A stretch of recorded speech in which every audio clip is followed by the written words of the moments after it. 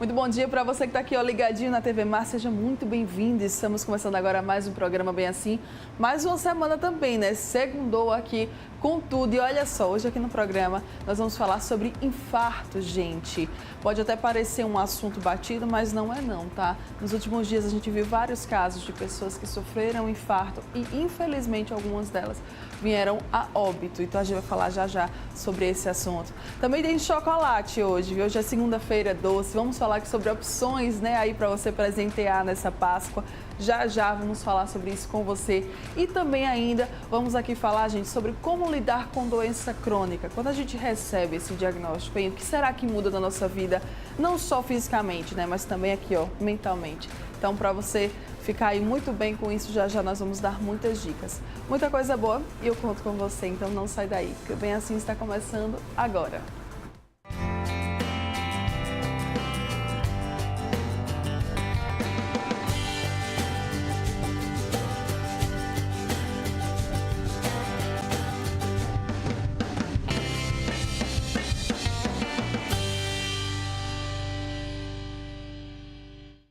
Muito bom dia mais uma vez para você que está aqui, ó, ligadinho na TV Mar, você que nos acompanha pelo canal 25 da NET, pelo portal gazetaweb.com, pelo nosso aplicativo da TV Mar, né? E tem também o pessoal que nos assiste pela nossa fanpage lá no Facebook. Muito obrigada pelo carinho de cada um de vocês, tá? Lembrando das nossas redes sociais para você ficar bastante atento, nós estamos no Instagram, no YouTube e também no Facebook como TV Mar Canal 25. E aí, né, se você quiser falar diretamente com a nossa produção, enfim, mandar alguma mensagem aqui pra gente, acompanha a gente também lá pelo WhatsApp, o número tá aqui embaixo, você pode falar conosco por lá, tá certo? Vamos lá, gente, vamos começar o dia. Olha só, no carnaval, o ex-cantor da banda Timbalada, o Deni Denan, deu entrada no hospital com suspeita de infarto e acendeu o alerta em muita gente. Sobre o assunto, nós conversamos agora com a cardiologista queridinha aqui do Bem Assim, Júlia Mendonça. Bom dia. Nosso amorzinho, fofíssima. É um prazer começar a semana com vocês. Ai, que coisa boa. Pra gente também, Júlia. É engraçado, a gente estava até comentando sobre esse caso aqui nos bastidores, né? Que eu não achei mais nenhuma notícia que tivesse confirmado o infarto nesse cantor aqui, né? Eu só vi notícias de que ele deu entrada e aí depois não se falou mais sobre o assunto. Notícias, né? E a Júlia viu, né, outro caso também lá em Salvador. Isso, que no mesmo dia que ele teve assim, um alerta de um infarto, uma ambulante, durante a noite mesmo, na festa lá em Salvador, Sim. teve realmente um infarto que foi a óbito, né? Foi uma morte súbita. Aí até se vocês procurarem realmente está correlacionado, eles falam, olha, foi ele teve um alerta, mas na mesma noite teve um ambulante que realmente foi a óbito. O que eu acho interessante é porque, assim, como ele viu realmente que tinha alguma coisa errada, apresentou os sintomas, então ele fez o correto, né? Sim. Que é realmente parar as atividades e procurar assistência médica, né? Realmente foi o correto. Vamos então começar explicando o que é um infarto, Júlia. Às vezes você sente os sintomas, dá tempo de você buscar ajuda médica e às vezes não dá, né? É Vamos verdade. explicar como é que é isso. O coração, ele é irrigado por várias artérias. Então, assim, o que é que determina se um infarto é mais grave que o outro? O local que essa artéria é acometida e qual a artéria. Tem artérias, por exemplo, que é bem na origem do coração, quando o sangue entra nessa artéria, se for obstruído ali, o que é que acontece? Toda a irrigação do coração fica comprometida, Sim. que geralmente são os casos mais de infarto fulminante, né, que é a morte súbita. Se o infarto for a areazinha obstruída, for mais na pontinha, nas artérias mais no finalzinho, são os infartos que têm menos prejuízo para o coração. E o que é esse infarto? É justamente quando ocorre uma obstrução naquela artéria, um trombo, obstrui que aquele sangue passe, né? Tem que imaginar que as artérias são como um cano. Então, assim, o trombo é o quê? Aquela sujeirinha que vai entupir mesmo aquele caninho.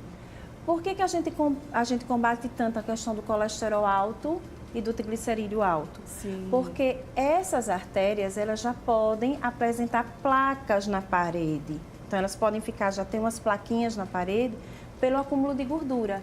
Então, vem o trombo com a placa, aí é obstrução Total. O sangue não consegue passar. O sangue não consegue e não passar. vai irrigar o coração. Isso. E sem sangue no coração, Infarto. Infarta.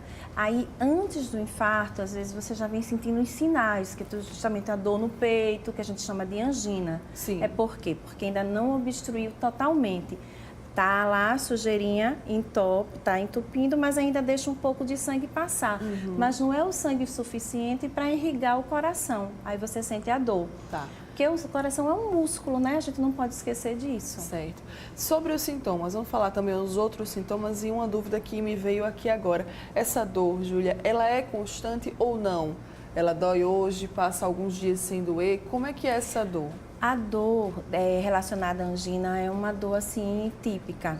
Ela não tem muito a ver com a respiração.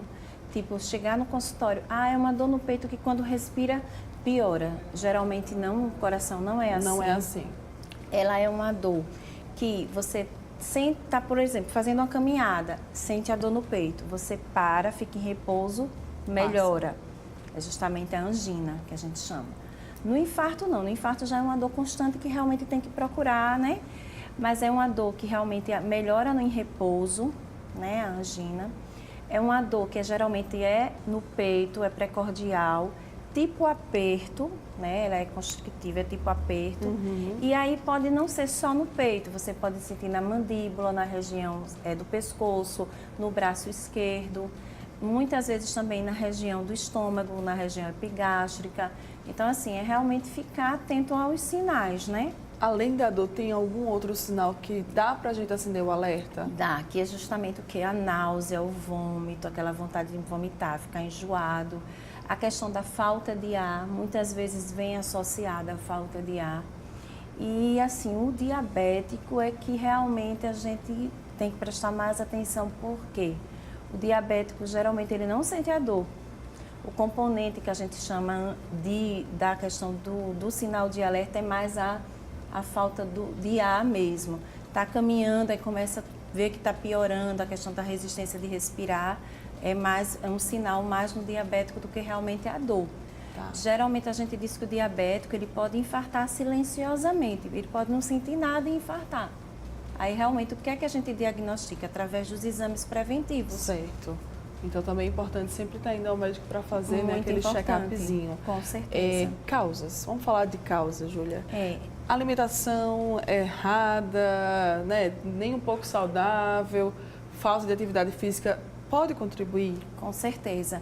A hereditariedade também é um fator muito importante. Se você tem história na família, sinalzinho amarelo já acende. A questão da hipertensão, da diabetes, da obesidade, do sedentarismo e do estresse.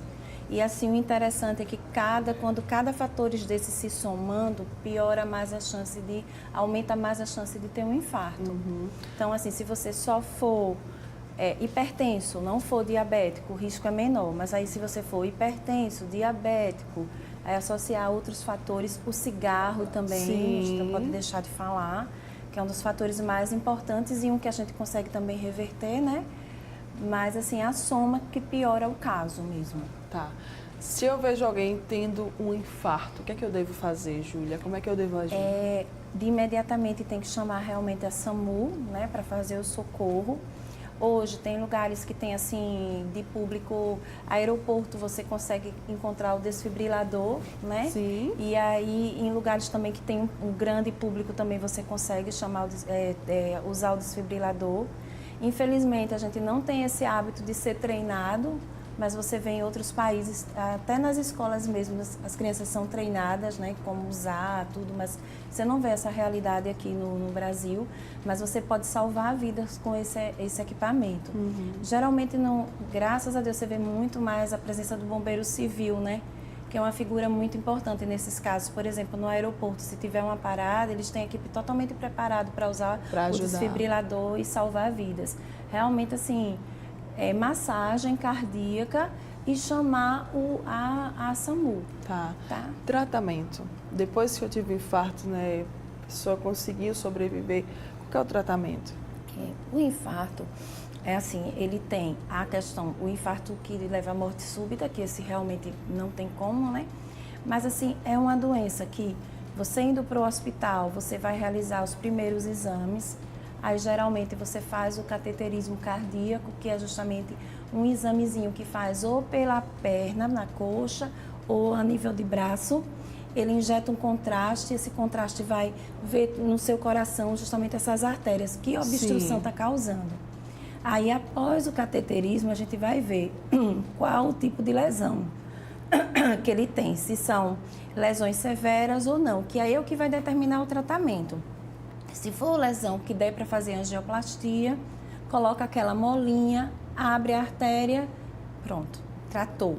Se foram lesões que derem para fazer cirurgia cardíaca, realmente tem que fazer a cirurgia cardíaca, né? E tem um tratamento clínico também. Isso vai depender justamente desse exame, desse cateterismo cardíaco.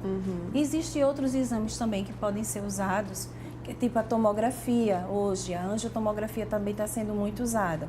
Mas para determinar tratamento mesmo é o cateterismo. Tá. Então, assim, é muito, muito vasto. Tudo depende depois do cateterismo. O importante é saber o quê? Que depois que faz o cateterismo, que tem o diagnóstico, que tem um tratamento, fazendo o uso, evitando os fatores de risco, tomando a medicação, realmente você consegue ter uma qualidade de vida. Era isso que eu ia perguntar. É possível, então, ter uma vida normal após o infarto? É possível, sim. Agora tem que ter os cuidados, tem que ter né? os cuidados. E também, se o infarto for muito grande, né? Porque, como eu falei, ele deixa de passar sangue para aquele músculo. Se for um infarto muito grande, que é justamente o que é um infarto muito grande, pegar essas artérias principais que eu falei, acomete muito do coração. Então, pode ser que essa pessoa tenha que ter algumas restrições. Então, assim, cada caso realmente é um caso, né?